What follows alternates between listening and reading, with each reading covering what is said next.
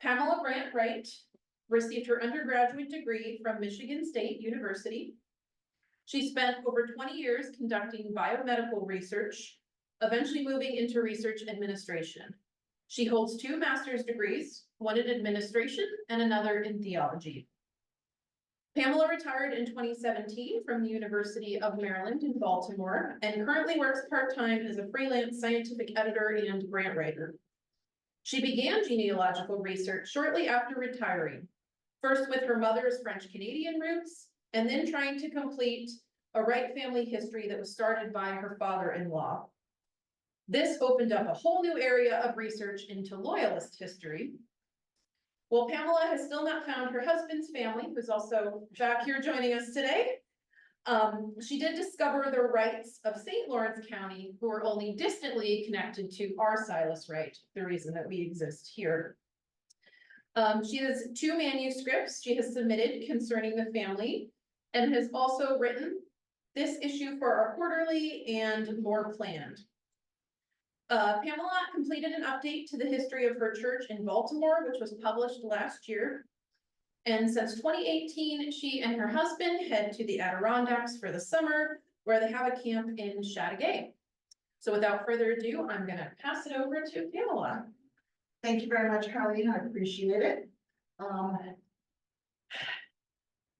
How many of you are doing genealogy right now?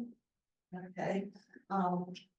Obviously you start and it sort of blossoms. So I sort of morphed from a family historian to what I might consider a genealogical research technician. So we're trying to talk about the methodology of finding records. That can get a little boring, just hang in there, because there's a lot of information out there, and it can be very powerful, but you have to dig through a lot of stuff. So let's do a little housekeeping first, because this talk has some assumptions built in. Original records are the most important genealogical documents, and that's what we're going to try and retrieve. I'm assuming your ancestors are not French. That's because if you're going to do French Canadian, there is a wonderful site called, and I'm not sure I'm pronouncing it correctly, my French isn't that good, but Genealogy Quebec. They do all the work for you. My mother's ancestors, I took right back to France, so it was quite handy. It is a fee-based one, but they do all the family links on both the maternal side and the paternal side, so it's a fabulous site. Many of your ancestors were probably originally American colonists who moved north during the Revolutionary War, the so-called Loyalists. And I'm also going to assume that your ancestors moved to St. Lawrence County, so that I'm going to focus a little bit on records that are probably more pertinent to families that moved from Canada to St. Lawrence. The time frame is put roughly 1760 to 1830, but is really focused mostly on 1790 to 1810, essentially pre-national census. The text in yellow on the slides are more important than the ones in white. The URLs that I have in the slides are also given in the handout, and in my companion article that Carlene already mentioned. Okay. Now, I said feel free to interrupt me to slow me down if I get too fast, but I built in question periods, and you'll see a little question mark come up in the lower left. When that's, I'll try to stop at that point and answer questions. Okay, why land records? Well, land was extremely important back then, both socially and politically. Land records are often the first official documents you're going to find. And land records are full of information, names, dates, locations, and inheritance. But understanding how the records were generated and under what circumstances is very important to interpreting the documents themselves. So I'm going to give you a very brief history of Canadian-American contacts. You have to remember Britain obtained Canada in 1763 after the French and Indian War. From then, Montreal became the headquarters of the British Army. At the start of the Revolutionary War, the colonies became divided. You got loyalists, Tories who supported the British, or the rebels and patriots who wanted independence. Now, because we're coming from a British point of view, from Canada, I'm going to use the terms loyalists and rebels. If you're on the other side, it's Tories and patriots, but for the most part, we're going to be talking about the Canadian point of view. So loyalists were forced to flee north to Canada, sometimes after having their estates sequestered and their families ostracized. It was a very difficult time in this country. The Revolutionary War is sometimes called the First American Civil War. Okay, so those loyalists that headed north, there were three waves of migration early on. From about 1775 to 1777, it was primarily men who either joined the British Army or who joined loyalist corps that were being developed at that time or recruited. And they left their families back home. From about 1777 to April 1763, those families were allowed to move north to join their men. Others, more loyalists, also lost their land and headed north. And April 1783 is when the treaty was signed. After the signing, until the end of 1783, loyalists really headed north. They were fleeing for their lives, risking, or else they risked imprisonment or death. That 1783 date becomes very important later. There's another small wave of migration.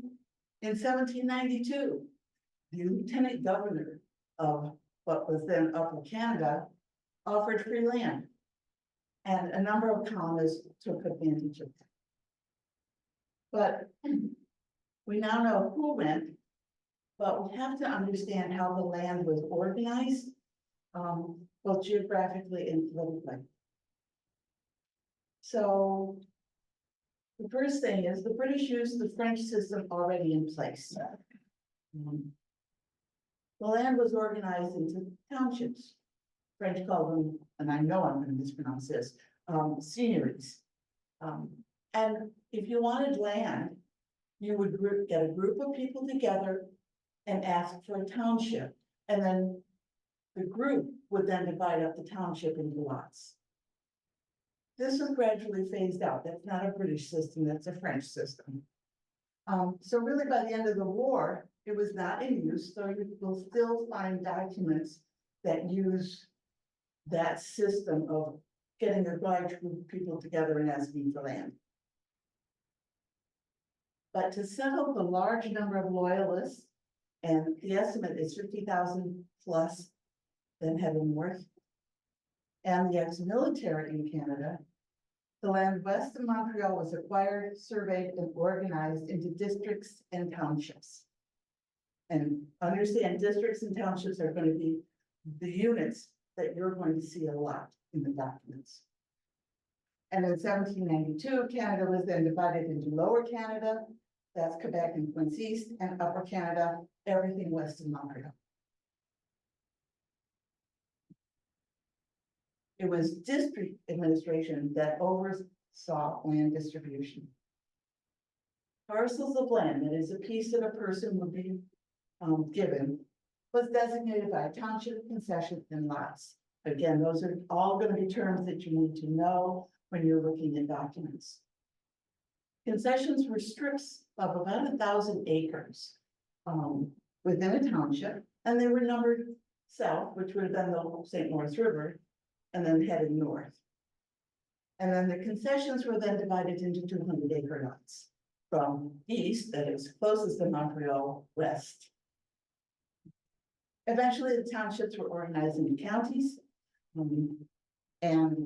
but more interesting genealogically is that loyalist corps or British regulars were settled together in the same area.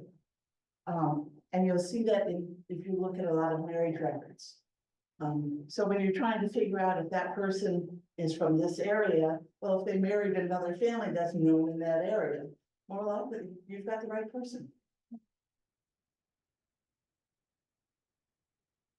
So this is how it was first organized by the British. This is still called the province of Quebec in 1788. You will see, these are the districts. And the little blue squares, those are all townships. Not a lot of them at this point. A few years later, they've changed the district names, and you will see the district names changing regularly. It's a pain, but you just gotta keep track of them. There's a lot more townships, and now you're starting to see these Grenville, those are counties. So they're now getting another layer of organization. 1798, more counties. And those district names have changed once again. A lot more townships, but the counties are now settling in. By 1826, the last part of the period that I'm covering, a lot of townships. The districts are pretty well settled, but there are more of them, of course, and the counties are pretty well settled. Okay.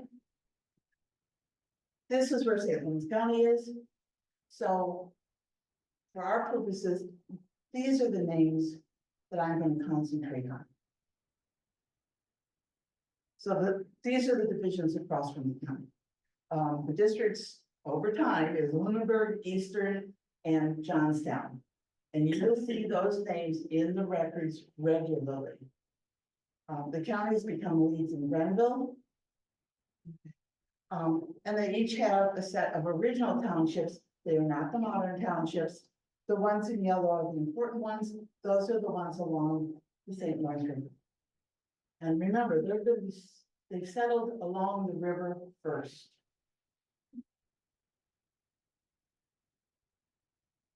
Okay, many groups were eligible for free land, but anyone could buy it. And you will see it designated differently in the records. Okay, but we're going to concentrate on the Loyalists, in part because they got most of the land in this early period. Loyalists who arrived before the end of 1783 were designated United Empire Loyalists, or UE, and that UE they would be allowed to put it after their name.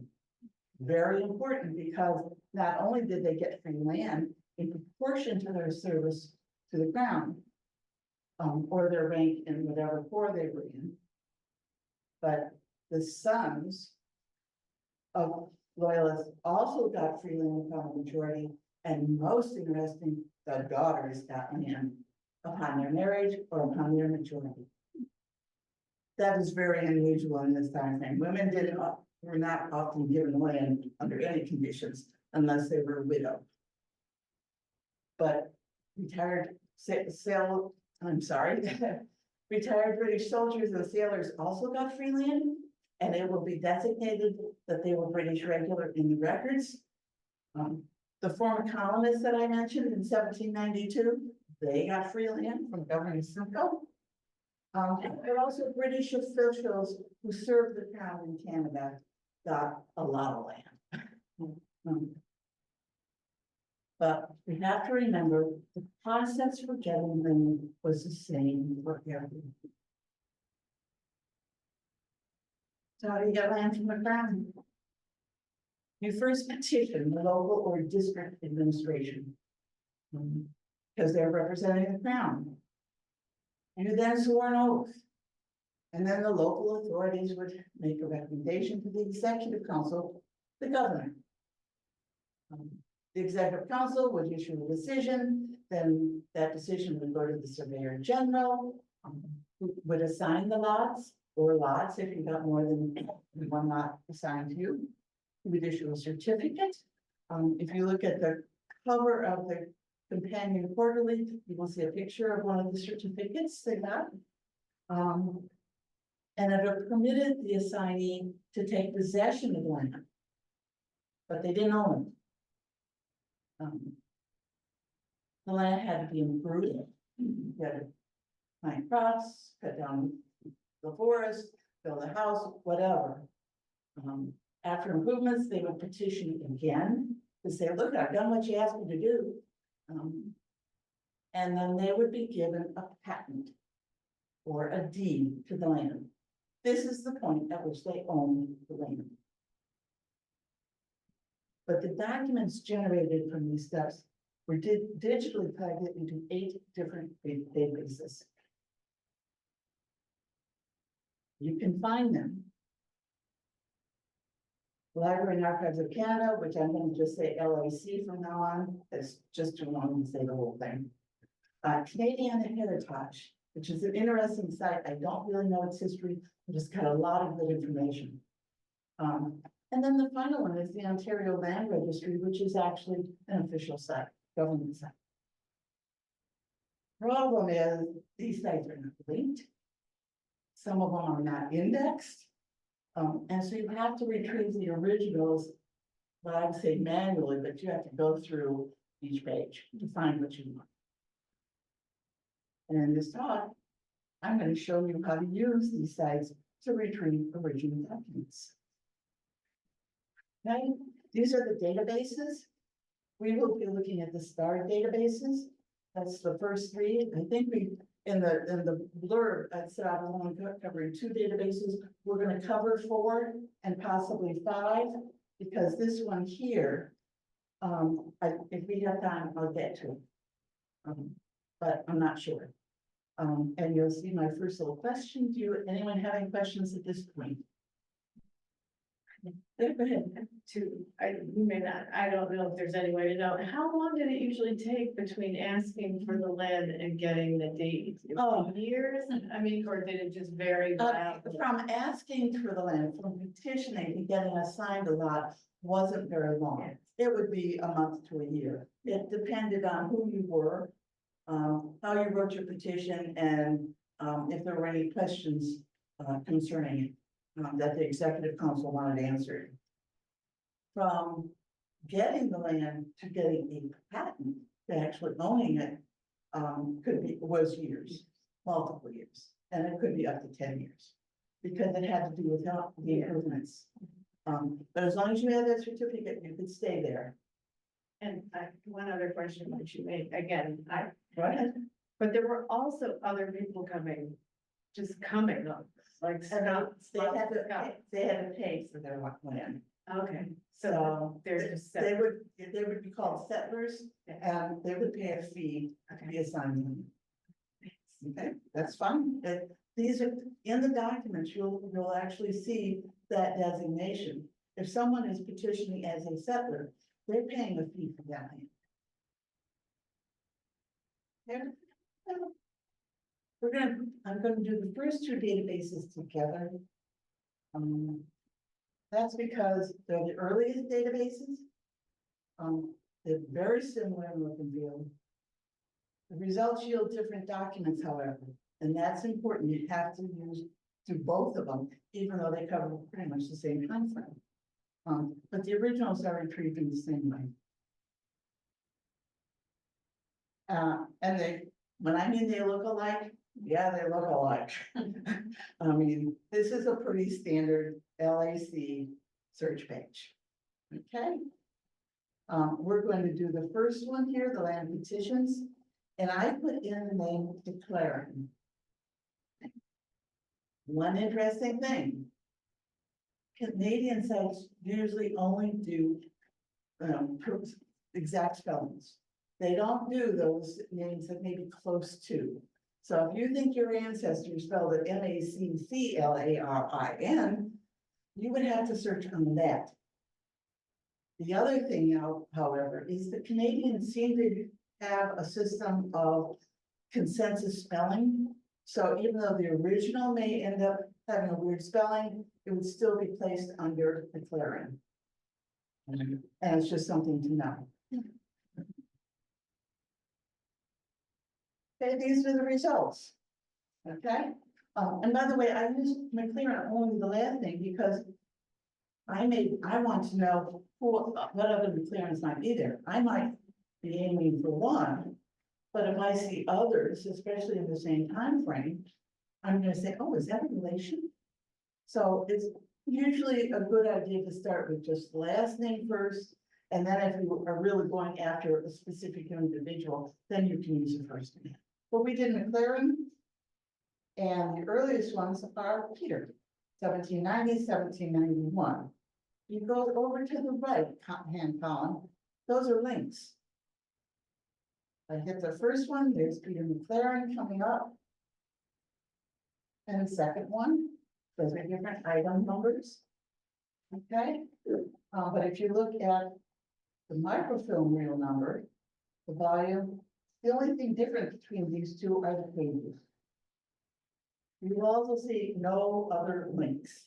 You're like, okay, sort of digitally reach the dead end. I'm going to, for this particular database, we're not going to follow these up because you're going to use the same method on the next database. So the land boards of Upper Canada, again, I put in McLaren. Okay, I only get two, Peter. 1790, 1791, same time frame. Okay. We're just going to do one of these. There's the first one, the item number. And now you get a totally different document. But you're still going to do volume, page, microfilm reel number, and again, no links. So how do you get to the originals? And that's what we're going to do next. The originals are at Canadiana.com. Okay.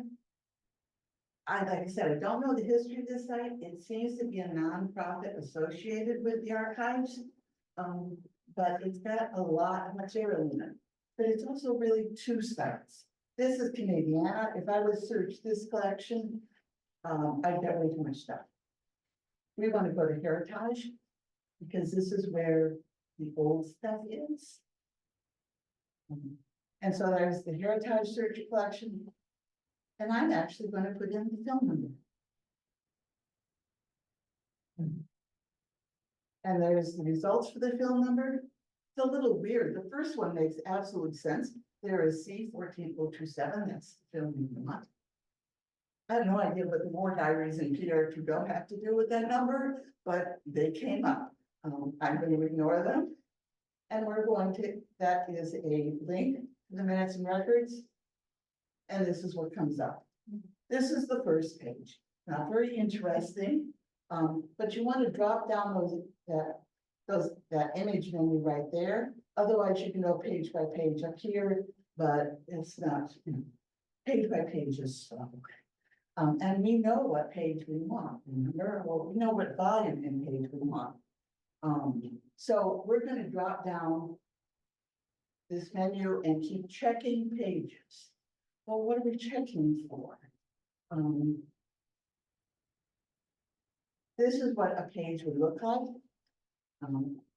I happen to have image 1279 on it, and these are a lot, these are often 1,500 images. So the most interesting part is that label. And you're going to become very familiar with this label because this is not the only site or database that uses those labels. Those labels are the only way you can really understand the organization of the database. This is what it looks like, and there we're in volume 10. Now, what I didn't show you, this film actually starts at volume 8. That's why I had to go to image 1200 to get to volume 10. So you're going to keep bouncing along and checking the label, going back, finding another page, checking the label, find another page, check the label. You're going to be doing this a lot. A little boring, but it does get you there in the end. Okay. And then you're going to look for the page number, which is, in this particular database, happens to be a stamped number that they put on later when they were digitizing it. It is not one of the original numbers. They didn't number the pages. And we're looking at page 83, if you remember what we were looking for. And If I want to download it, you download it as a JPEG. We're always interested in original. Remember to download, and remember to keep track of what it is you download, because the file name they give you on the download may not be particularly illuminating as to where you got it. So go in and relabel it for something you can remember. This is actually what you get. Somewhere on this page is the word McLaren. It's actually down here. And that's what comes out. Alexander Campbell, in behalf of the heirs of Lieutenant Peter McLaren of Colonel Ebenezer Jessup's Ford. There's a lot of information buried in that one sentence. We know that Peter's dead. This is a 1791 page. He died before 1791. We know he left heirs. We know he was a lieutenant, and we know where he was a lieutenant. In Ebenezer Jessup's Corps. Jessup's Corps happened to be a very well-known loyalist corps. Has everyone actually seen 18th century, 19th century script before? Okay, if people are used to it, because this little thing is not an F, it is an S, a double S right there. And I have actually seen people do transcriptions and put an F in there and going, no, please don't. This is the end of these first two databases. Not really most illuminating. You're gonna have to do an awful lot of digging about Peter McLaren, but at least you have some place to start. And you know something about his military history. So any questions at this point? Yeah. What I just did with Canadiana, you will be doing it a lot. It's just the way the system works there. So always is change the page, look at the label, change the page, look at the label. That's the way it works. Okay, but let's go to this database, the land petitions of Upper Canada. And this is the most useful database. I love this database. It has real information in it. This was it was based on the process set up around 1789, especially when the sons and daughters were granted land rights. It includes more than land petitions. Any petition going to the executive council is included, and sometimes you can get some very interesting information about your ancestry through the other petitions. But these are the petitions that are the basis for the orders in council and other databases not discussed here. Those are discussed in the companion article. They're useful, but they aren't as dense with genealogical information as these petitions are. So, looks very similar, doesn't it? The usual LAC start. Okay. I'm going to use McLaren again. But the results are very good. It looks like a spreadsheet. And there are no links. So we're stuck again with no way of getting to the originals. Or are we? So let's go on. So there's no particular order to the list. I haven't figured out how they got those hits at all. It's not by date, it's not by alphabetical name. I haven't figured it out. So you are going to have to go through every line. Unless you happen to know, the name, and then you're going to just do that name. But if you knew the name, you wouldn't have done it on clarity, you would have done it the first and last name. But I want you to look down below. Those are the two surname entries for females. Those are married names and family names. That is golden. How many times have we not been able to find the family name of the wife? You get it here. It's, because in the petitions, she has to document that she's petitioning as a daughter and that she's married. Okay, since there are no links, you have to note the following. Microfilm. I'm going to go back to my microfilms again. You need the volume, the bundle, and the petition. Those are the 4 pieces of information you need be able to get to the originals. But. And, I'm sorry, we're going to go and look up Nancy here. I find this a little weird, there is no E in the original, when we get to the original, I don't know if you transcribed that, but, you know. Alright. Where are you gonna go find film C 2192? Well, we're not gonna go to Canadiana Heritage. These films are on a different site. This is why, I learned this the hard way, believe me. These originals have been archived by the LAC directly. But if you try and get to the archive link from the main webpage of the LAC, you aren't gonna get there.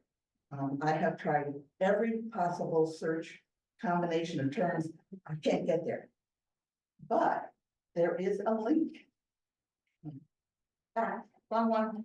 There is a link on the bottom of the search window page. So whenever you go to a web page the first time, scroll all the way down, you know, because there's information down there. That's where you're going to find the link. Chris, I've also given you the link in the handout and in the companion paper. And believe me, it's a whole lot easier to get it from me than it is from them. So we're going to use that first link. And this is what you get. Now, Nancy's record is film C 2192, volume 329, bundle link 3, and petition 52. But this is the first page. We got to find that film. Okay, so we're going to use, I think I did do that. We're going to use an navigation codes. Pretty straightforward. And by this time, I'm sure you've all done a lot of this. I'm just showing it to you quickly. And so if I use that, there we go. And then I'm finally finding down here the link. And these are linked films. Okay, so finally, we're going to get a real link. And this is what comes up, sort of. Because I will tell you that right now, I've switched this to PDF. It comes up as a JPEG. It doesn't fit in the window, so you have no idea where you're at. Switch it to PDF and you can navigate this thing. Okay, and down at the bottom, there's the labels. I told you labels are important. Yeah, we're going to be looking at labels a lot. So this is where we're starting. Oh, volume 328A, bundle M2. Oh, we got a ways to go. So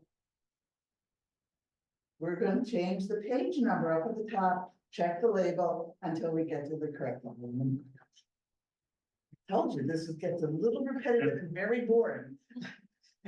Think of doing it time and time again. Okay. Well, we finally got to a page.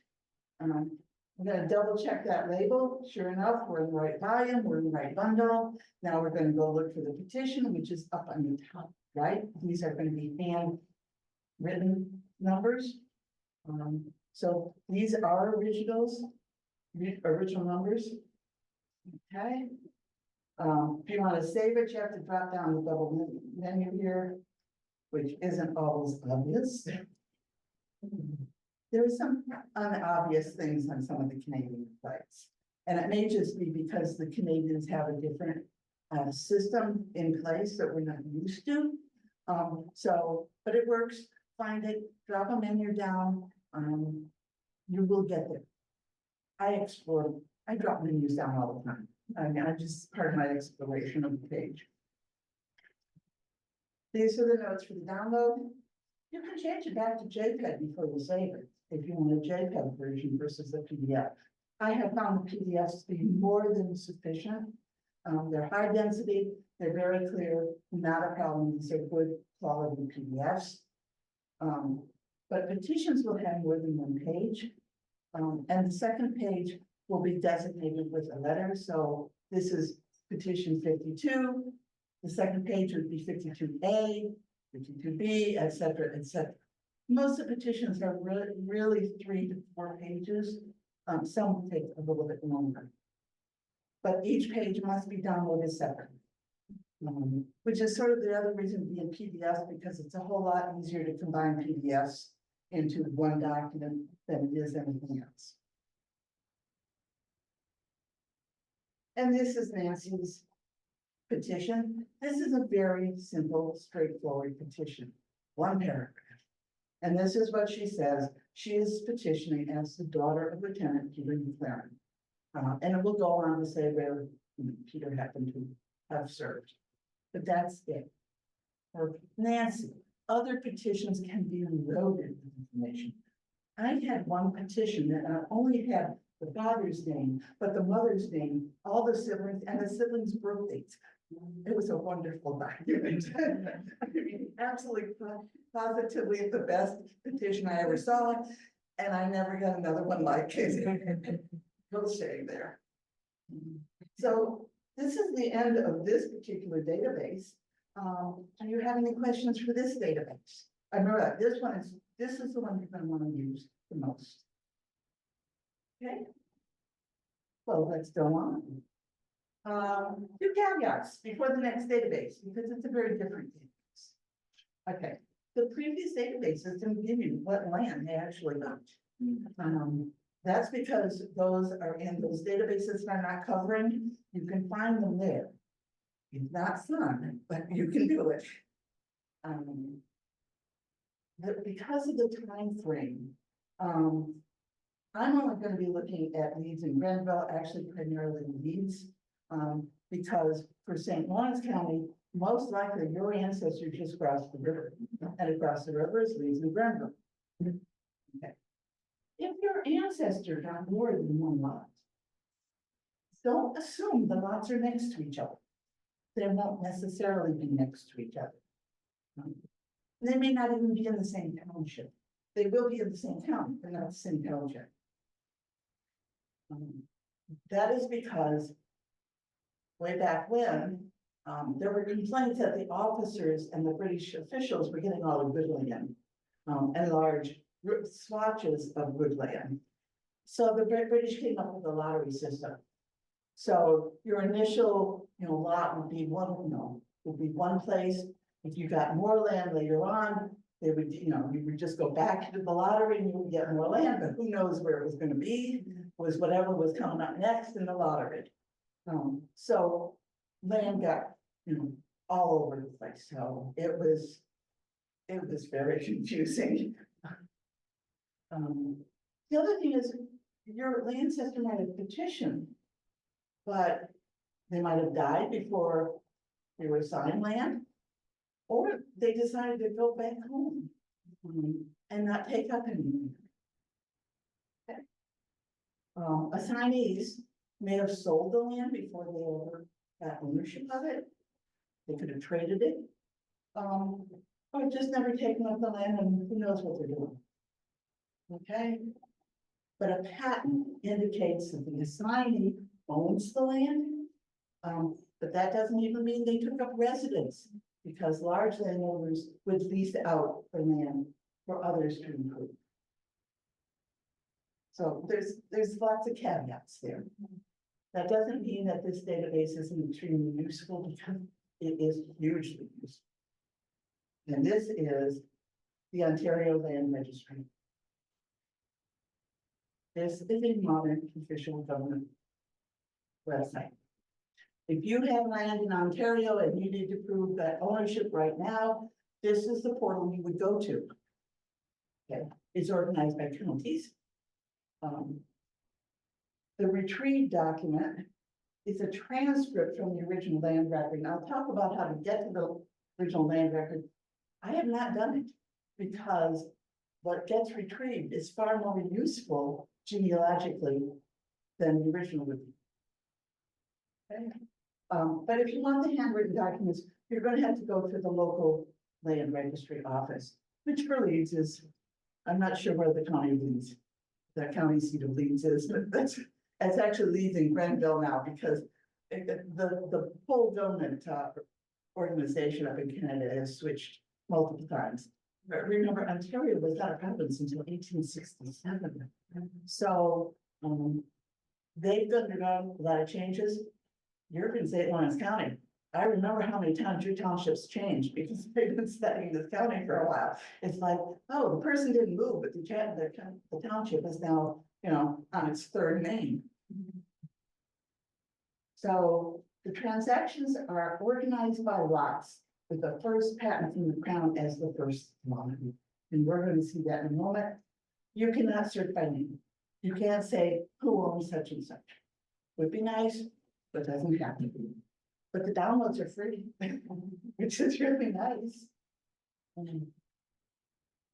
But there is a searchable database for the original patents in Leeds County only, which is the destination for a lot of ones. Okay, it indicates the book and image, and that's what would be on the Ontario Land Registry is the book. And it would mention this particular database mentions the concession lot. And this is where you can find it. It's at Canadian GenWeb. I created the database because I was so frustrated with trying to find, the correct patents in Leeds County for what I was studying, but I just created a database, made my life a lot easier, and then I donated it because I figured someone else could use it. Okay, this is what you're going to come up with the Ontario Land Registry. You put in the county, and then you're going to search the historical books. Okay. This comes up, and you're going to change this menu to concession. And this is what comes up. All the list of townships in Leeds County in the historical book. And I don't want to go through all of them. So you can filter them. I'm going to filter it by Elizabethtown. And this is what I come up with, just the concessions for Elizabethtown Township. We're going to go concession 7. Just because I happen to know there's a really nice page in this particular concession. And this is what you start with. Okay. Oh, we're going to use trial and error again. So, why keep hitting the wrong button? I want this one here. So down here, it's a little different. It's just images or page numbers, however you want to designate them. But you're going to flip through until you find the name you're looking for. If you haven't used my database, that's on Canadian GenWeb. Okay. So I've gone ahead and found what I'm looking for, and I'll show you that next to you. But if for some reason you want to save it, then you would save it over here. It's a very straightforward, say, you select the page, say, I want this page, then you request it, and you end up in another window where you can download it. It's that fast. They will also send it to you by email. So if you lose it one way, you can get it another. But it is free, and that's a real blessing. Okay. Caveat, don't change books before you request that page, because if you go to another book, you're going to lose the page you wanted to save. And this is what you get. This is a transcription, okay? But start looking down the different lines here. You're going down because the subsequent transactions can document generational links. But always check the dates. That is really critical when you're doing genealogy, check the dates. Because families reuse names. And I'll show you that in a moment. The lots are often divided. So in this column, we need to check it carefully because even it started out as 200 acres and it got sold as a whole lot. But then start looking it starts being broken up. So you're getting different parcels. It's not critical that you absolutely keep track of the west 1/2 and west 1/4. But if you have any questions later on about relationships, that may help you. Let's go first line. the original patent was to Samuel Wright. But it was sold by Sylvester Wright. So what's going on there? What probably happened is that there's a little bit of missing information because in this time frame, the early 19th century, they actually had to tell the local land people that they did something with the land. Now, I happen to know Samuel Wright died in 1815 and that Sylvester inherited the property and then sold it in 24. But it confirms something I may not have known. If I wasn't sure about when Samuel died, then I know he had to have died before 1824 because Sylvester couldn't sell it if Samuel was still alive and owned it. More interesting, if you look down here, there is will. So now we have land transactions associated with inheritance. Okay, and this happens to be John McBratney to his son Stafford. But look over here, because it's this abbreviation actually means subject to life estate of their mother. There's a lot of genealogical information here. We know that John McBratney had to have died before 1851. We know he has a son Stafford. We know his wife is still alive. Most likely he had other children because it says their mother, not just Stafford's mother. And if you go down a couple of pages, couple of lines, I'm sorry, this one right here, Stafford sells it in 1868. He can't have sold it unless his mother had died. So we now know the wife died before 1860. These are handy numbers. Now you can limit your search if you're going, oh, I know, her name is such and such. When did she die? Well, it had to be before 1868. So if you go down even farther, that hit the, so let's go back down here. There's another John McBratney here. Probably guaranteed not the one who died in 51. But this has a Diane Luby releasing the land to John. Well, a release is a term used when one heir is selling out to another heir. So Diane is most likely John McBratney's sister. And now we have her married name. We now have her maiden name. And we have a relationship with John. And if you look the next two lines down, there's Jane Cotton, and a couple of other things. And so now we're starting to build the McBratney family, just from one page of the land registry. Now, not all the pages are this dense.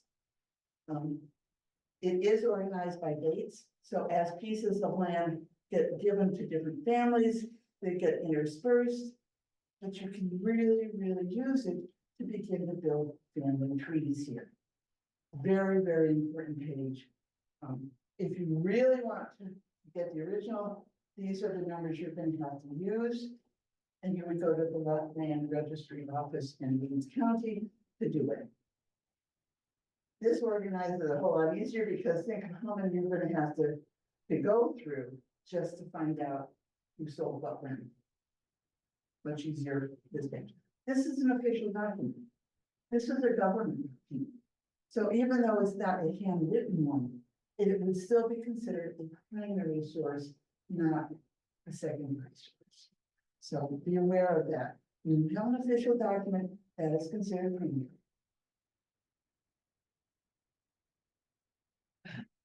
Okay.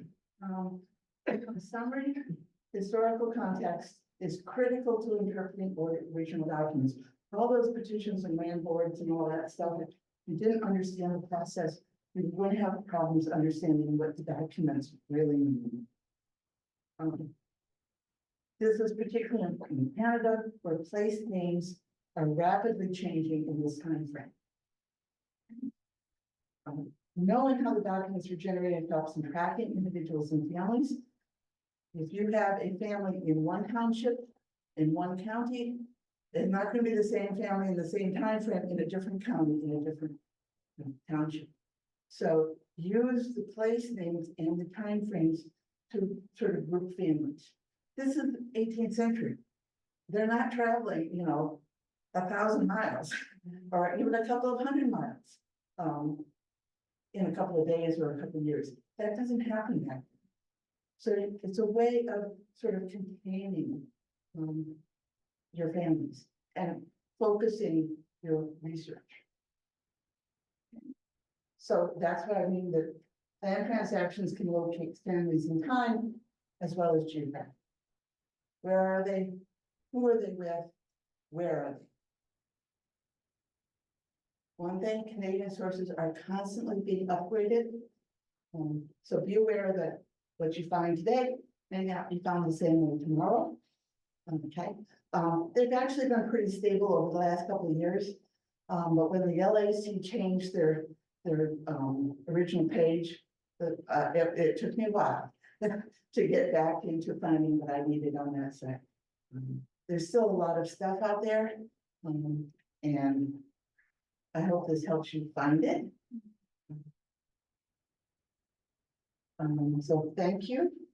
Part 2 will be presented sometime next year. It's not scheduled and I haven't written the companion paper. But it will focus more on the loyalist stuff and what's called the Helvin papers. So thank you very much. And I forgot to give a shout out to the Ontario Genealogical Society members. I'm a member of that society, and they were going to hook on to this talk too. So thank you, OGS. And if you have any questions, let me know. I did say there was an option for the heirs and advisee if we have time. We're running, we started a little late. Let's take another 5-10 minutes. I Yes, have a question. So the last database that you showed, I noticed that was going into the 20th century. What is the most recent, I guess, what's the oldest and most recent information? that goes into the mid-20th century. No, actually in the mid-2000s, 2004, 2009. It goes pretty far. It gets a little chaotic up there. They have a newer system in place. If your Canadian ancestors were a little more recent, I wouldn't use those pages. It's really good for the 19th century stuff. So, Is there 18th century? well, almost all the land starts about 1790. So yes, you will see patents being issued in the 1790s. That meant someone got going with their improvements really fast, because they would be petitioning in the late 1880 or 1780s and early 1790s as the process was being developed. And it takes them a while to improve the land. So the first loyalists, the land was surveyed in like 84, 85, 86. The first settlers or the first loyalists were settled in that same time frame. But I mean, this was the wilderness. This was rough, sort of camping, and they're trying to improve their land.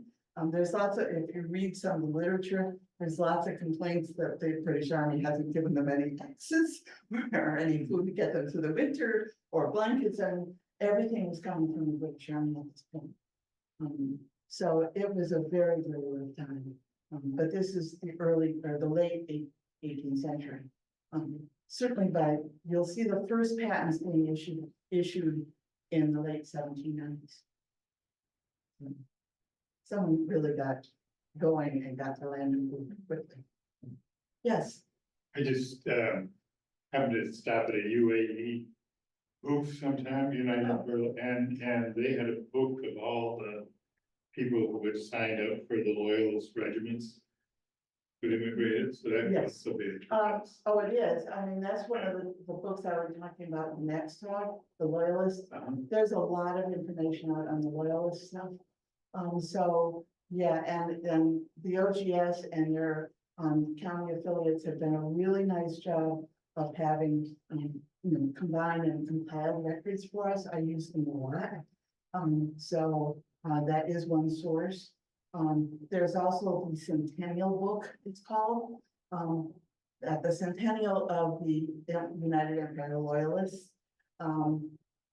They've created a book that went through all of the UE lists. There was actually a UE list created by the government, and you had to go to a meeting and sign up And then they created a list.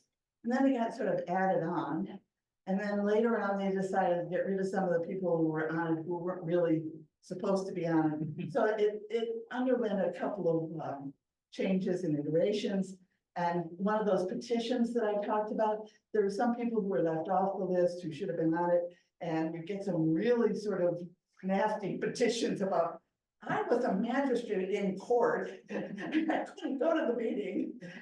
So, and they're reinstated rather quickly, but there was a lot of, that list was very important. And being on the list, it was jacked, and people who were not supposed to be on it. Say you were a son of a loyalist, but you were never in one of the corps yourself, you weren't supposed to be on the list. That was your father's position, not yours.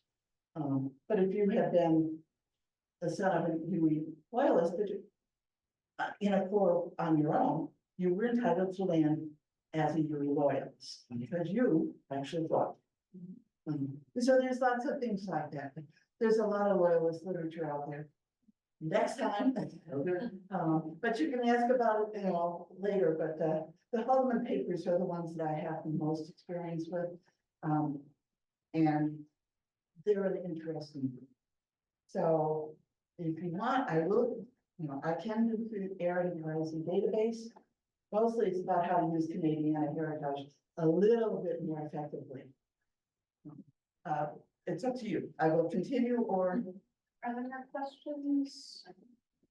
you can leave and I'll do it for anyone who wants to stay. Canadian heritage is a very powerful site. So I recommend learning how to use it. And I'll go through it quickly. Yeah, and for our online audience, if anybody, I know one question in the chat was how to get the resources you're providing today, and we will be sending out an email. Everybody who registered, Pamela has generously offered to share the presentation, so if you're okay with us sending that. We do have a little sheet, if you're here in person, I printed some, I can always print more, we have all of these websites as a resource list. We will also have a PDF of this available for the online audience. And those that would have the links in it, you will be able to just hit the link and go. But if anybody else, doesn't know how to use the chat, wants to unmute and ask any questions, otherwise, for those who want to stay, we can continue with this part, and then if anybody did sign up for additional assistance after, we do that next. The only reason to do Aaron 5Z is because this is generational. This is who bought your land, or who you sold it to, or who inherited it from you. So, and the interesting thing about Canadian heritage, you have two strategies. You can either search by name, or you can search by database. And so depending on the purpose, one is more effective than the other.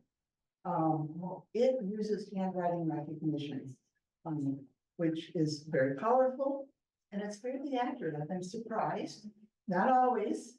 There's a few, I get a few hits that are going, how'd that come up? But it is fairly accurate and makes it very useful. And putting in first and last names together, or just last names, you bring up a whole different set of lists. So we're gonna do the last name only, good old McLaren. Okay, but the thing is that you can actually search on the database name. So you can put Aaron by Z in instead of Peter McLaren. And that will get you to the entire list of Aaron and by Z films.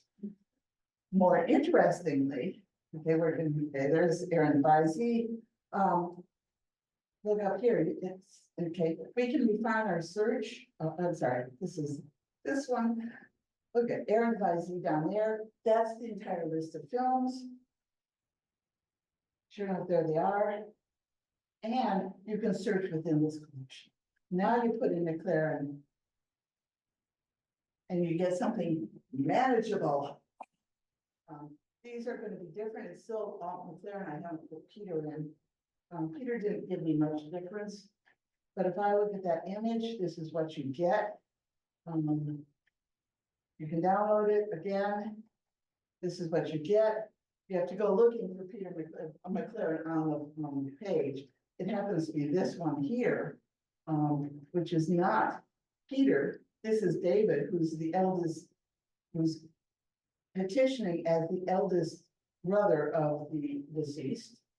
But if you look here, the rest of this line is very interesting because those are the headers up there. You're getting the lot, concession, township, and district. Mhm. So this gets you the actual land, which means you can go back to the Ontario Land Registry and look up just that lot and concession. Much easier. And that is it. So thank you very much. I hope you found it useful. Sometimes methodology, talks are a little on the boring side. I'm just going through webpage. Thank you so much, Pamela.